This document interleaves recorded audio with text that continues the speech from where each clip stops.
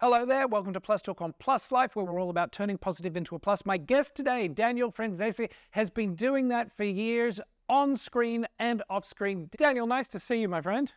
Good to see you as well. You are everywhere, all the time, all at once. You're in Europe, you're in New York, and you're constantly spreading the good queer word. What's the secret? I don't know, flailing? I don't know.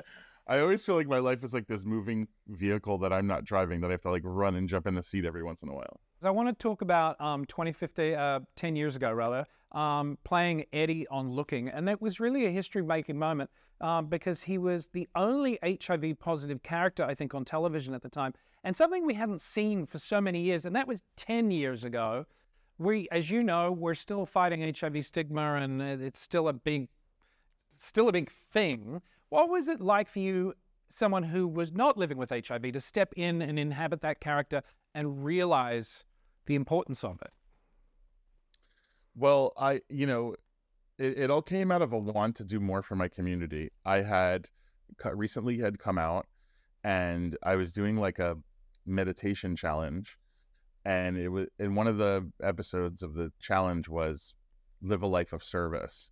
And I just thought to myself, like, what do I do? Like, now I do a lot, but at the time I was like, I'm a good person. I consider myself like a supporter of the LGBTQ community as well as being a part of it. I love my LGBTQ siblings, but I don't do anything. So I was like looking for something to do. And I had a friend come to ask me for help, who had become HIV positive and had locked himself in his apartment and didn't, get the proper medication and stuff. And I knew Elizabeth Taylor's grandson socially, Quinn Tivy. I knew him through friends, and we had partied a bunch together and stuff. And he had asked me to do an event previously, and I was like, I'm going to call him. He's got to know somebody. And it all happened. It was like a perfect storm, like I got offered the part right at the same time that I met the Elizabeth Taylor AIDS Foundation. I was able to get my friend treatment and care. Like it lit this amazing fire beneath me. And then when I realized I never got to meet Ms. Taylor, but seeing her legacy and like what she had done, and going to Washington and lobbying Congress, just learning all of this stuff. And I think it was significant that my character had been on, there hadn't been a HIV storyline on television. It was, since we found out about HIV and AIDS, we had decreased infections every year. And then once they stopped telling the stories on TV, they started rising again for the first time since we even found out about it. And that was really alarming. And I became, I guess a poster boy for getting that message out there in Hollywood to create more stories. And then to see in the 9-10 years since how we've had, How to Get Away with Murder and Pose and all these incredible storylines come out, and be able to tell the stories and reinvigorate people, humanizing people that are living with HIV and erasing stigma, because that's where we're at now. The big initiative with Elizabeth Taylor AIDS Foundation now is HIV is not a crime.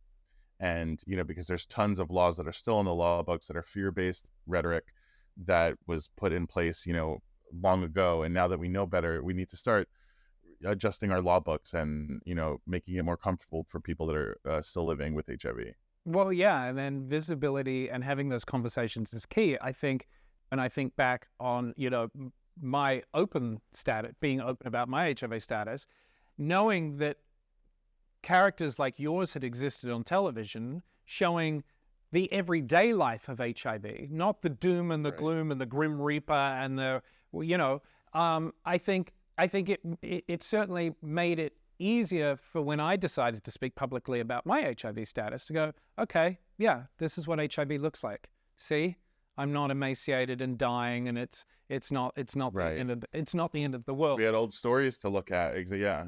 Yeah. And Michael Lannon, one of the creators of Looking, when he took me out to breakfast to offer me the role, he said, your character Eddie is going to be HIV positive, and he's never going to get sick, and he's not going to be loved in spite of it, but maybe even because of it.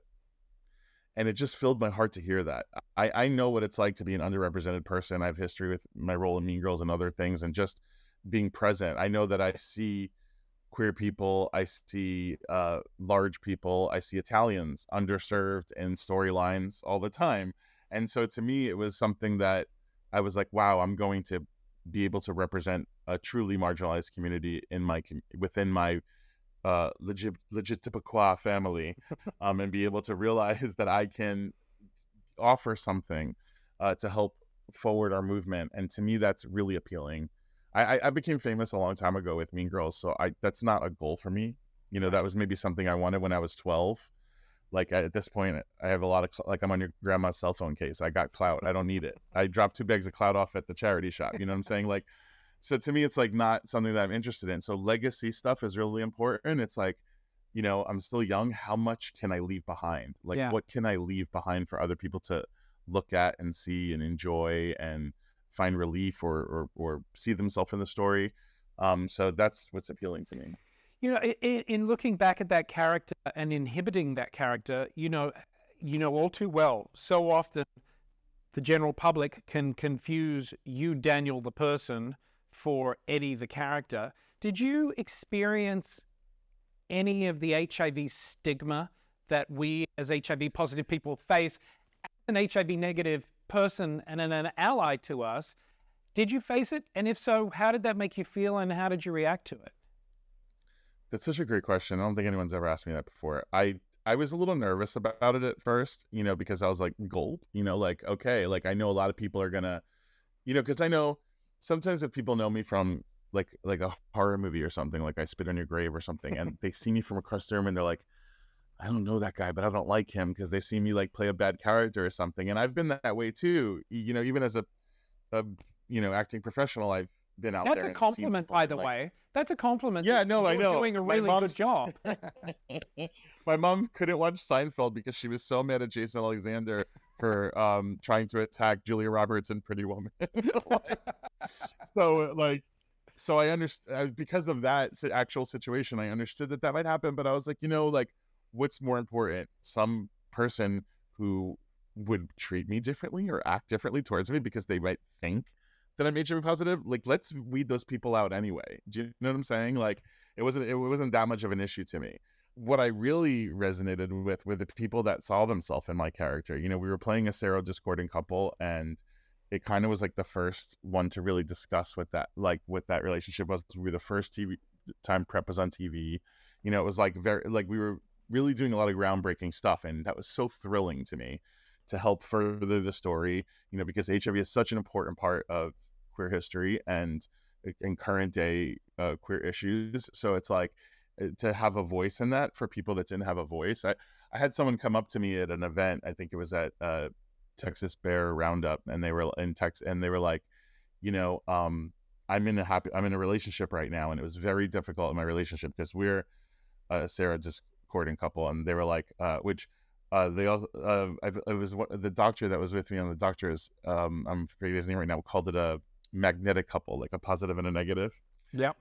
So they he was like, I'm happy in a relationship, but if I'm ever in another relationship, before I will allow anyone to date me, I'm gonna say you're gonna have to watch season 2 of Looking first before we can go any further, because you guys dealt with every issue and explained everything and really kind of made it easy for someone to understand what I might go through. So to me, it wasn't the weirdos or the haters or people that might think something about me that may or may not be true. And even if it was, who cares? Like, so to me, it was kind of like more about reaching the people who resonated with it and found some light in it. Yeah. And well, listen, kudos to you. You did a great job with that character. And here we are, yet 10 years later, and you're still doing a great job with your work with the Elizabeth Taylor AIDS Foundation and everything you do for those of us living with HIV and just changing the narrative and the conversation. You and I had a mutual friend, the late Steve Peters, in common, and Steve was a great friend of Plus Life's. Steve and I often had conversations about being HIV positive and gay and religion. Steve was a reverend. You have your podcast, the Yas Jesus. I can never say, I'll never give it credit that it deserves. Yas Jesus you have to podcast. say it as gay as you can. Yas Jesus. That's the way you say it. Yeah. Thank you. And you have said that no one can take God away from you. And that's something that Steve and I talked about too. I think so many people think, oh, the gay card, I'm banished, and then I really have done it with HIV. What do you want to tell those people? Well, I mean, I'll ask you, like, what's your most prized possession? Like, if you could take one thing from your apartment, what would it be, or your house? Like, what would you want to take with you that you wouldn't want to? Probably my dog. Okay, great. What's your dog's name? Gus. He's here somewhere. Great. Can I have Gus? No. Right, but we give our I'll God share away it. I'll share God. right, yeah, but we give our God away so freely. Right. It's like as soon as they realize that we want to like, S a D, then they just want to kick us out of the house of the God. It's like, what are you talking about? Like, all of the feelings that we feel sexually, God created, supposedly. Our creator created us. So it's like all of the things that we're feeling, they are all natural. They are all okay. So we just created a space essentially that is free of sexual shame. Let's throw it out the door. We're very sex positive. We believe sex work is work. We believe you can have mutual partners. We believe you can experience your life and enjoy everything that your body has to offer, and our platform is a place for people to come and continue that. Let's deep dive into it for an hour and like really talk about it and unpack it. And I don't think we really have a safe space to kind of do that. And people might be being asked questions about their faith, but they're never in a faithful conversation, so we have that space. And to have T.S. Madison come on and Silky Ganache and Ginger Minge and people come on and talk about their faith journeys, it's interesting. I want to know. Thanks for taking the time to chat with me, Daniel. This has been great. I appreciate you so much. Thanks. That is going to do it for this episode of Plus Talk. If you want more information about what we do, check out our website, pluslifemedia.com. And remember to like, follow, and share across our socials. We are at Plus Life Media. Until next time, be nice to one another. And yes, Jesus. See you soon.